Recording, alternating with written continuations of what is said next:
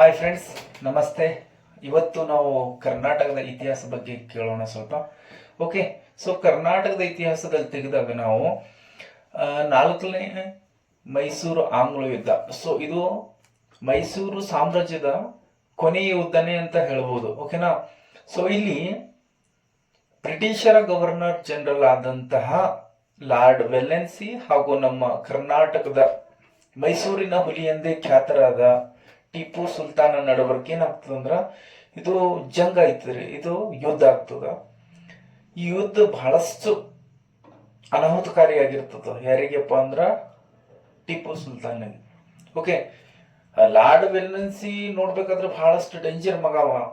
ಎಷ್ಟು ಡೇಂಜರ್ ಅಂದ್ರ ಈ ಯುದ್ಧದಲ್ಲಿ ಇಡೀ ಮೈಸೂರು ಸಾಮ್ರಾಜ್ಯವನ್ನ ಸೋಲಿಸ್ಬಿಡ್ತಾನೆ. ಓಕೆ, ಈ ಯುದ್ಧದಲ್ಲಿ ಹತಾಶೆಯನಾದ ಟಿಪ್ಪು ಸುಲ್ತಾನ 1798ರಿಂದ 99ರವರೆಗೆ 2 ವರ್ಷಗಳ ಕಾಲ ಈ ಯುದ್ಧ ನಡೀತದ.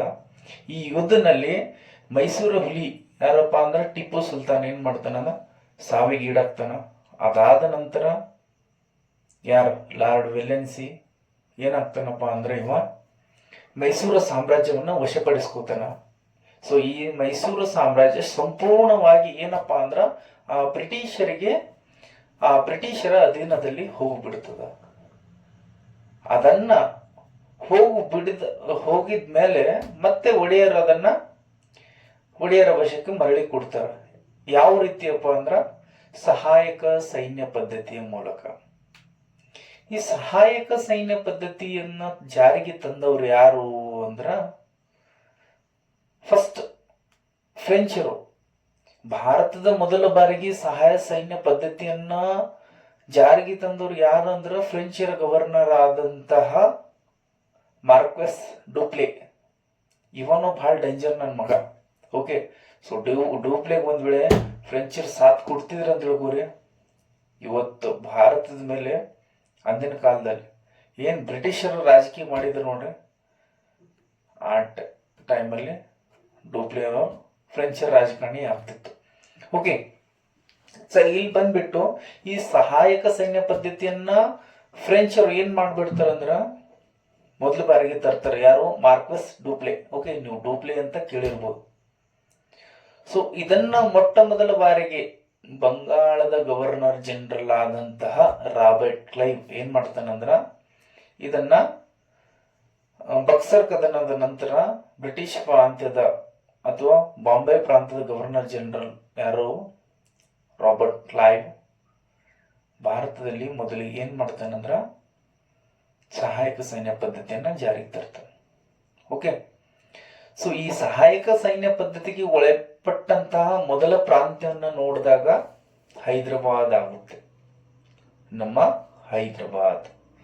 ಆ ಹೈದರಾಬಾದ್ ನಂತರ ಒಳಪಟ್ಟಿದ್ದು ಕೆಲವೊಂದು ಪ್ರಾಂತ್ಯಗಳದಾವ. ಅದರಲ್ಲಿ ಮೈಸೂರು ಸಾಮ್ರಾಜ್ಯ ಕೂಡ ಒಂದಾಗಿದೆ. ಓಕೆ, ಸೊ ಇಲ್ಲಿ ಸಹಾಯಕ ಸೈನ್ಯ ಪದ್ಧತಿ ಬಕ್ಸರ್ ಕದನ ನಂತರ ಬಂದ್ಬಿಡ್ತದ. ಇಲ್ಲಿ ಮೊದಲನೇದಾಗಿ ಸಹಾಯಕ ಸೈನ್ಯ ಪದ್ಧತಿಗೆ ಒಳಪಟ್ಟಿದ್ದು ಯಾವುದಪ್ಪ ಅಂದ್ರ ನಂತರ ತಂಜಾವೂರಿನ ಒಂದು ಔದ್ 1801ರಲ್ಲಿ ಔದ್ ಅಂತಕ್ಕಂಥ ಪ್ರದೇಶ ಏನಾಗ್ತದ ಸಹಾಯಕ ಸೈನ್ಯ ಪ್ರದೇಶ ಒಳಪಡ್ತದ. 1802ರಲ್ಲಿ ಯಾವುದು ಪೇಶ್ವೆ. ಅದಾದ್ಮೇಲೆ 1803ರಲ್ಲಿ ಸಿಂಧಿಯಾ, 1803ರಲ್ಲಿ ಮರಾಠರು, ಗಾಯಕ್ವಾಡ್ ಸಂಸ್ಥಾನಗಳು ಏನ್ ಮಾಡ್ತಾವ ಅಂದ್ರೆ ಈ ಪದ್ಧತಿಗೆ ಒಳಪಡ್ತದ. ಓಕೆ, ಇದು ನಾವು ಸಂಕ್ಷಿಪ್ತವಾಗಿ ನಡೆದಂತಹ ಘಟನೆ. ಓಕೆ, ಇತಿಹಾಸದಲ್ಲಿ ನಡೆದಂತಹ ಸಾಕಷ್ಟು ಯುದ್ಧಗಳಿವೆ. ಸೊ ಈ ನಮ್ಮ ಮೈಸೂರು ಆಂಗ್ಲೋ 4ನೇ ಮೈಸೂರು ಆಂಗ್ಲೋ ಯುದ್ಧ ಅದ ನೋಡ್ರಿ, ಇದರ ನಂತರ ಏನಾಗ್ತದಂದ್ರ ಸಂಪೂರ್ಣವಾಗಿ ಮೈಸೂರು ಸಾಮ್ರಾಜ್ಯ ಬ್ರಿಟಿಷರ ವಶಕ್ಕೆ ಒಳಪಡ್ತದ. ಅದಾದ ನಂತರ ಒಡೆಯರಿಗೆ ಹಿಂತಿರುಗಿಸ್ಕೊಡ್ತಾರ. ಒಡೆಯರು ಅದನ್ನ ಮುನ್ನಡೆಸ್ಕೊಂಡು ಹೋಗ್ತಾರೆ. ಓಕೆ, ಯಾವ ಮುಖಾಂತರ ಅಂದ್ರ ಒಂದು ಸಹಾಯಕ ಸೈನ್ಯ ಪದ್ಧತಿಯ ಮುಖಾಂತರ. ನೋಡಿ ಫ್ರೆಂಡ್ಸ್, ನಾವು ಸ್ವಲ್ಪ ತಿಳ್ಕೋಬೇಕು, ಅದನ್ನ ಅಚ್ಚುಕಟ್ಟಾಗಿ ತಿಳ್ಕೋಬೇಕು. ಓಕೆ, ಸೊ ನೀವು ಕಮೆಂಟ್ ಅಲ್ಲಿ ಭಾರತದ ಮೊದಲ ಗವರ್ನರ್ ಜನರಲ್ ಯಾರು ಅಂತ ಕಮೆಂಟ್ ಅನ್ನು ಮಾಡಿ. ಮತ್ತೆ ನಾಳೆ ಹೊಸ ವಿಡಿಯೋದೊಂದಿಗೆ ಮತ್ತೆ ಸಿಗ್ತೀನಿ. ಬಾಯ್ ಬಾಯ್.